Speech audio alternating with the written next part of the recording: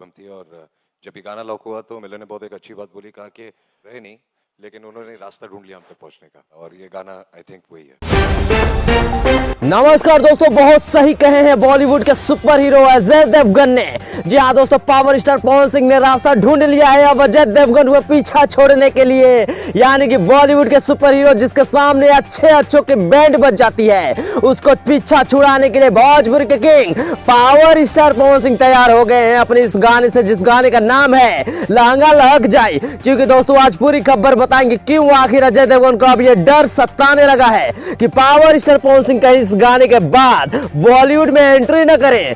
दोस्तों आपको बता दें कि पावर स्टार और हरियाणवी की डांसर सपना चौधरी का यह गाना काफी महंगा बजट में बनाई गई है, और महंगा बजट के साथ साथ इसे मेगा और सिनेमैटिक ओटीटी प्लेटफॉर्म पर रिलीज भी किया जा रहा है। और यह इतनी बड़ी बात है कि बॉलीवुड फिल्म को ओटीटी प्लेटफॉर्म पर रिलीज होने के लिए बहुत हाई अमाउंट की जरूरत पड़ती है। यहाँ तक कि कितना फिल्म रिलीज भी नहीं हो पाता है मेगा और ओटीटी प्लेटफॉर्म पर भोजपुर के एकमात्र गाना ओटीटी प्लेटफॉर्म पर रिलीज होने की वजह से बॉलीवुड वालों की चिंता बढ़ गई है। पावर स्टार के इसका भी न टूटने वाले रिकॉर्ड को देखकर आश्चर्यचकित हो गए हैं दोस्तों।